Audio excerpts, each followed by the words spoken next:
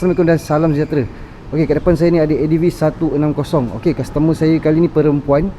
Okey, so hari ni saya berada di Setapak di kondo Seruni, kondominium Seruni, tak silap saya. Okey.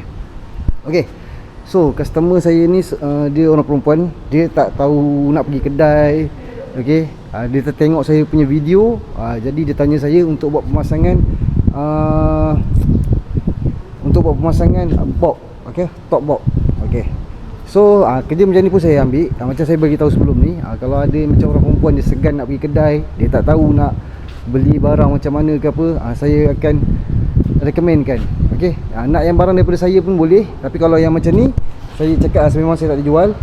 Saya recommendkan customer untuk beli. Saya tanya dulu apa yang dia nak, and then saya recommendkan dia box dan monorack yang macam mana yang okey. Okey, so kalau untuk orang perempuan, okey, untuk orang wanita dan orang perempuan yang tak tahu, yang segan nak pergi kedai ke apa, okey, boleh terus kontak saya. Nak buat pasang spotlight ke, nak pasang box ke, nak pakai sound horn ke apa ke, tak ada masalah.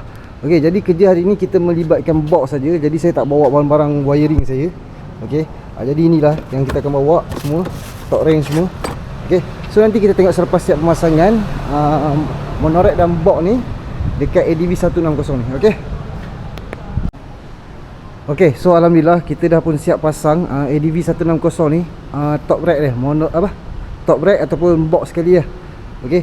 So kalau kata yang nak beli sendiri box ni, pastikan skru dia ada ni tau, cukup tau. Ada setengah seller dia tak bagi skru ni tau. Tapak dia bagi, skru dia tak bagi.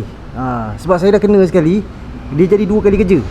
Okey, so ni skru ni mesti ada lah. Cek benda yang ni, nampak ni. Okey.